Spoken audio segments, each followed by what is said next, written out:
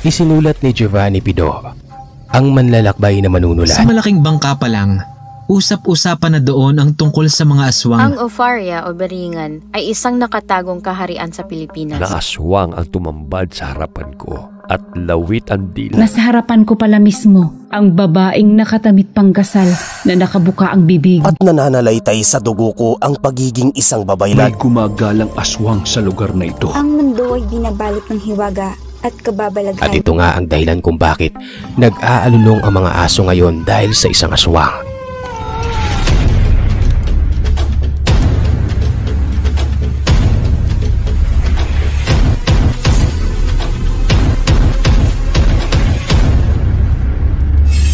Sa pakikipagtulungan nila Sharon Navera, Eleanor Valdivia, Victoria Burgos, Shyla Hart, Cristina Rivera, Rona Micalier, Giovanni Pido, Jed Montemayor, Huy Montefalco, Taong Lumot at Planetang Tagalog. Ang Dumas Beach. Noong Disyembre 2010, nagbalak ipagdiwang ang New Year sa India nina Phillips, Tony at Jenny. Sa ika-24 ng Disyembre, sabay silang tatlo na lumipad papuntang India.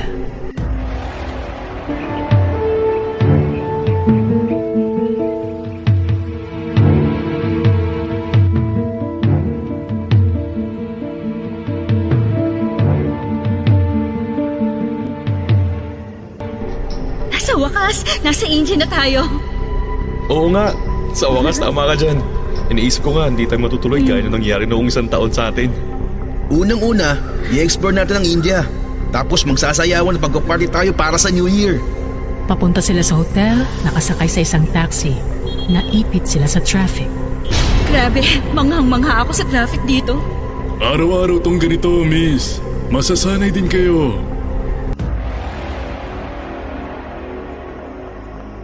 Gaano katagal ba kayo magbabakasyon dito sa India? Nandito kami ng 10 araw. Lilibutin namin ang India at dito na rin kami mag-celebrate ng New Year. Sa Goa ba ang punta nyo para mag-celebrate ng New Year? Yun sana plano nung una. Pero nahirapan akong kumuha ng hotel room sa Goa. Puno ang Goa. So, hindi ba tayo mag-celebrate ng New Year? Naghanap ba kayo ng beachside na celebration dito sa India? Ganun na nga. Bakit hindi nyo subukan ng beach sa Gujarat imbes na dun sa Goa?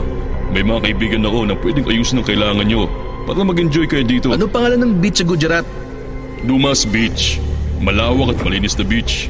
Napapalibutan ng maraming resort. Mag-i-enjoy kayo ng New Year doon. Panigurado yan. Sige, kung ganun punta tayo ng Dumas Beach. Tinawagan ng driver ang kaibigan niya at naghanda ito para sa 3 turista.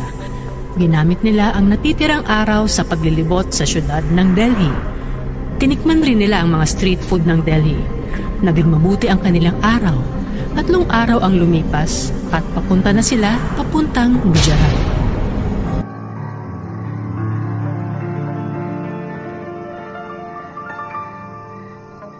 Gusto kong road trip sa India. Saan ka natutuwa? Buhay na buhay at masigla kasi ang mga tao rito. Tingnan mo yung mga babae, ho. Ang ganda ng mga sari. Bakit hindi mo subukan magsuot ng sari, Jenny? Gusto ko nga. Pero paano? Wala akong clue kung paano isuot ang sari. Huwag kang mag-alala. Pagdating natin sa Beachview Resort, maghahanap tayo ng para sa'yo. Totoo? Oo, bakit hindi? I love you, Tony. I love you din, Jenny. Tuwang-tuwa ang 3 magkakaibigan sa mga pangyayari sa bakasyon nila. Pagdating ng hapon, nakarating din sila sa Dumas Beach. Ang ganda! Napakaganda talaga ng mga beach dito.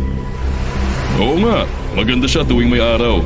Pero walang may gustong lumabas dito tuwing gabi. Bakit? Sir, may mga kwento ang bawat lugar. Ang masasabi ko lang sa inyo, huwag kayong lalabas tuwing gabi. Para na rin sa kaligtasan nyo. Ang mabuti pa, dadalhin ko na kayo dun sa resort para pwede na kayo mag-check-in mga pagpahinga. Bumalik sa sasakyan ng 3 magkakaibigan at dumiretso na sa resort. Pero may mali rito. Hindi karaniwan na walang katao-tao sa beach ng ganitong oras. Nag-check-in sila sa Beachview Resort at nag-enjoy sa oras nila rito. Masaya ang kanilang pagsasama. Hoy Jenny, nakahanap ako ng kaya mag-drape ng sari para sa'yo. Talaga? Oo, Lata ang pangalan niya. At darating siya dito bukas ng gabi. Ayos! Hindi bang ha, nakabili na ako ng sari. Kulay pula, ang paborito kong kulay. Maganda. Bukas na ang New Year's Eve at magsusuot ako ng sari.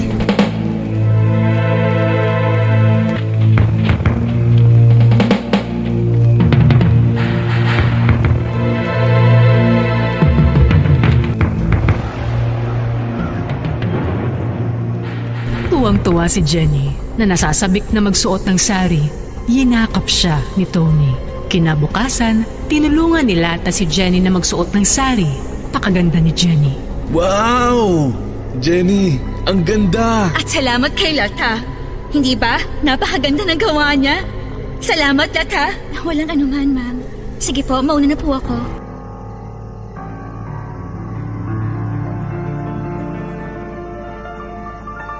Iniwan ni Lata si Jenny na patuloy ang pagkamangha sa kanyang sari. Pagkatapos ay pumunta siya sa isang party kasama ang dalawang kaibigan. Sumayaw sila at nagsaya.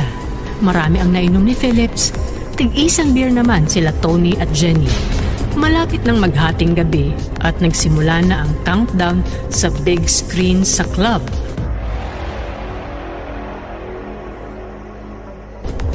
10, 9, 8, 7, 6, 5, 4, 3, 2, 1. Happy New Year! Happy New Year, Tony! Happy New Year, Philip! Happy New Year! May sorpresa ako para sa'yo. Ano? Bigla na lamang lumod si Tony at naglabas ng isang singsing. Will you marry me, Jenny? Sobrang natuwa at di makapaniwala si Jenny sa nangyari. Yinakap siya ni Tony at tinanggap niya ang singsing. Yes! Binati sila ni Philip. Pagkatapos nito, lumabas si Tony at Jenny ng resort at dumiretso na sila ng beach. Sir, wag po kayong pumunta dyan. Huwag kang mag-alala. Okay lang kami. Pero hindi po ligtas pumunta ng beach sa gabi. Delikado pong lumabas. Babalik din kami kagad. Huwag kang mag-alala. Sinubukan silang bigyan ng waiter ng babala, pero hindi nila ito pinakinggan. Dumiretso sila sa beach. Malumanay na pumapalo ang alon at malamig ang simoy ng hangin. Sobrang nabinghani si Jenny at Tony sa isa't isa. At bakit hindi? Napaka-espesyal ng araw na ito para sa kanila. Ngunit hindi nila alam ang mga panganib na nagtatago sa Dumas Beach.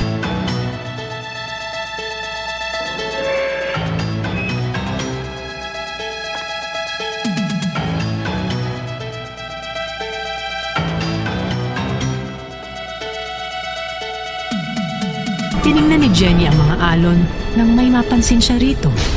Isa itong nakakagilalas na anino. Tony, may tao doon, no? Saan? Doon! Sa may alon! Saan? Wala akong makita doon. Walang makita si Tony, pero sigurado si Jenny sa nakita niya. Biglang lumapit ang anino kay Jenny. Napakabilis ng galaw nito at dinaanan nito ang katawan ni Jenny. Sumigaw si Jenny. Ano nangyari? Okay ka lang? Patuloy ang pagtatanong ni Tony pero hindi na sumasagot si Jenny. Ano nangyari, Jenny? Hinawakan ni Tony si Jenny pero binitawan niya kaagad ito dahil sa sobrang init ng katawan. Mataas ang lagnat mo. Ang mabuti pa bumalik na tayong dalawa sa resort. Hinawakan ni Tony ang kamay ni Jenny para gisingin ito. Pero pagmulat ni Jenny, laking gulat ni Tony sa kanyang nakita. Binitawan niya agad ang kamay nito. Pulang-pula ang mga mata ni Jenny na nagsimulang nanlilisik. Okay ka lang, Jenny?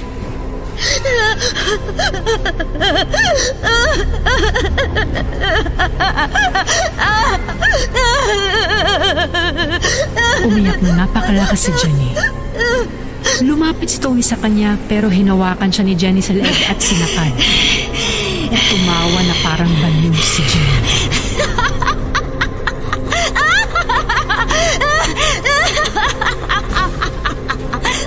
Agad na dumating ang waiter ng resort kasama si Phillips at dalawa pang lalaki.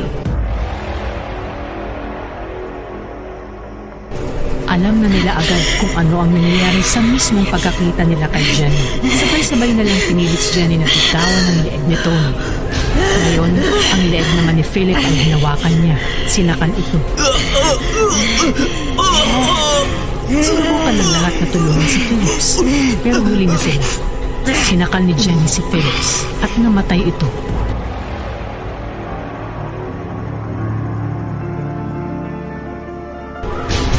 Nakakita sila ng lubid at tinalian nila agad ang mga kamay ni Jenny. Galit na sumisigaw si Jenny. Pinainom ng waiter si Tony ng tubig. Na magkamalay, nilapitan niya ang bangkay ni Philips. Philips! Philips! Philips!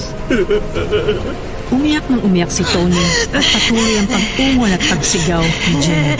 Hinimatay ito. Dinala si Jenny sa ospital. Sinabihan sila ng doktor na napakataas ng lagnat ni Jenny.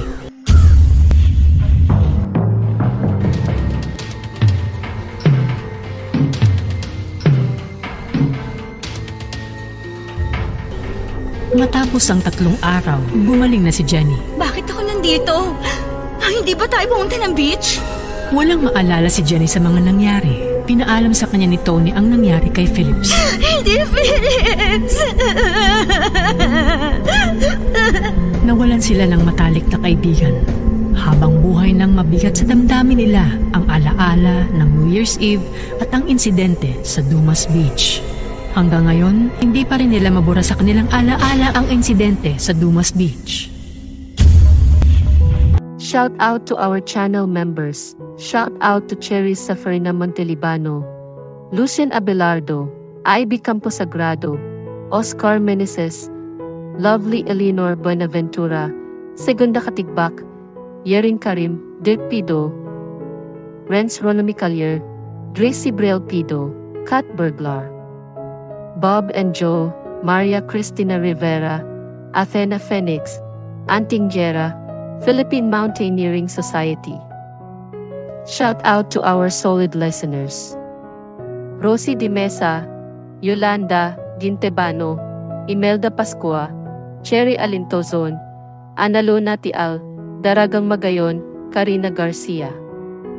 Badeta Plaza, Nori, Tarzan in Palawan, Rona Besagas, Erlinda Samson, Private Lin, Michael Gray, Leo Mati, Girly Guillermo, Paris Mickey Philippines, Ronnie and Joe, Datu Horror Story at sa lahat ng overseas Filipino workers sa buong mundo.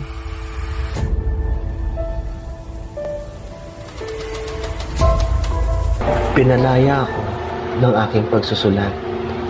Sana pinalaya din kayo ng inyong pagbabasa o pakikinig. Giovanni.